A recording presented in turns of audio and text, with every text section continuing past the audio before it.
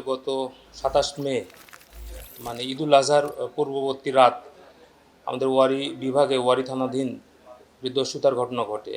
ঘটনার প্রেক্ষাপট যেটি যে আমাদের রাজধানী সুপার মার্কেট হতে সানন্দা জুয়েলার্সের প্রোপাইটার হরিপদ পাল উনি তার ব্যবসায়িক যে স্বর্ণালঙ্কার এগুলো নিজ বাসায় পরিবহনকালীন ম্যানেজার সহ পথিমধ্যে দস্যুতার শিকার হন।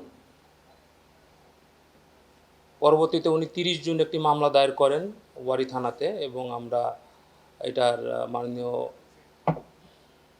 পুলিশ কমিশনার এবং আমাদের যে ডিসি ওয়ারী স্যারের নেতৃত্বে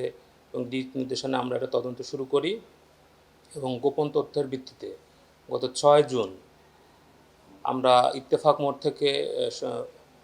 আন্তজেলা ডাকাত চক্রের 6 জনকে গ্রেপ্তার করি, যার মধ্যে 3 জন পূর্ববর্তী দস্যুতার সাথে সম্পৃক্ত ছিল বলে তারা স্বীকারোক্তি দিয়েছে এবং তাদের তথ্যমতে আমরা পরবর্তীতে যশোর এবং কেরানীগঞ্জ হতে আফজাল নামক এক ব্যক্তিকে ধৃত করি এবং তার তথ্যমতে আমরা তার মিডিয়া তিননাথ পাল এবং তিনি যার কাছে স্বর্ণ বিক্রি করেছিলেন রিপন পাল তাকে গ্রেপ্তার করতে সক্ষম হই। আসলে এই ঘটনায় আমরা মোট 9 জন ব্যক্তিকে ডাকাত দলের সদস্যকে গ্রেপ্তার করি এবং তাদের কাছ থেকে 57 ভরি স্বর্ণ যে লুণ্ঠিত হয়েছিল এবং 1,47,000 টাকা, তার পরিবর্তে আমরা 17 ভরি স্বর্ণ গলিত স্বর্ণ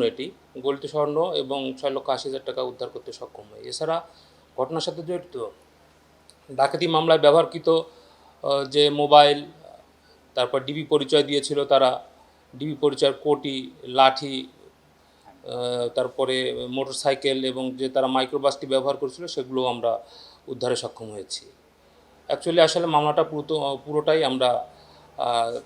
তার যে উদ্ধার ঘটনা শনাক্ত করতে সক্ষম হয়েছি।